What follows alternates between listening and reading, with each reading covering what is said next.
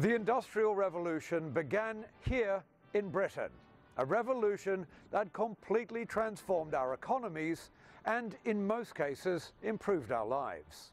Here in England, average life expectancy has climbed from around 40 years in the mid-1800s to almost 80 years old for men and even higher for women.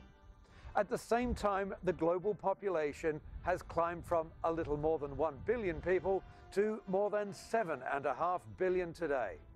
But even though our climate has always been changing, global average temperatures have been rising at an unprecedented rate. Also on the rise is the number of animal species that has become, or is fast becoming, extinct. So in less than a generation, we have lost half of the wildlife on the planet.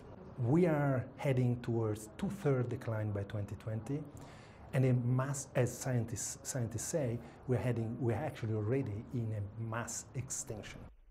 In the UK, many groups like the Royal Society for the Protection of Birds are trying to turn back the tide. About 15% of the UK species are actually regarded as threatened with extinction, and we've seen great declines in large numbers. For example, our farmland bird numbers have dropped by over 50% in the last few decades. What we see in the UK is the same abroad and possibly even worse in other countries. What is driving this decline in bird numbers? By far the largest single effect is agriculture.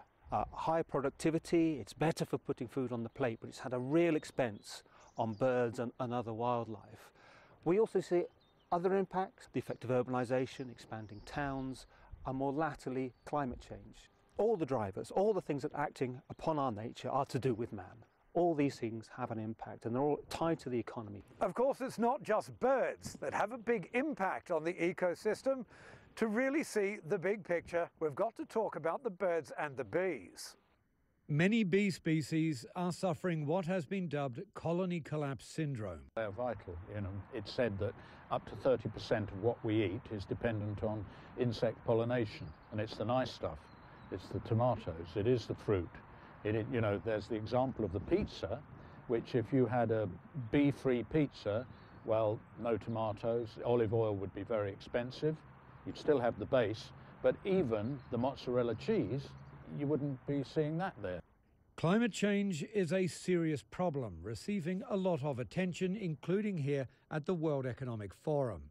But the alarming loss of biodiversity and an extinction rate 1,000 times higher than it would be without human intervention is something still not making headlines.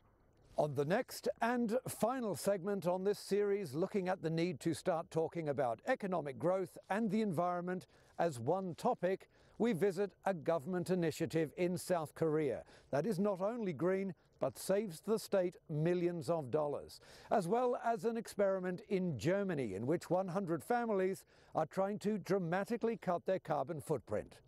Jack Barton, CGTN, at the World Economic Forum in Davos.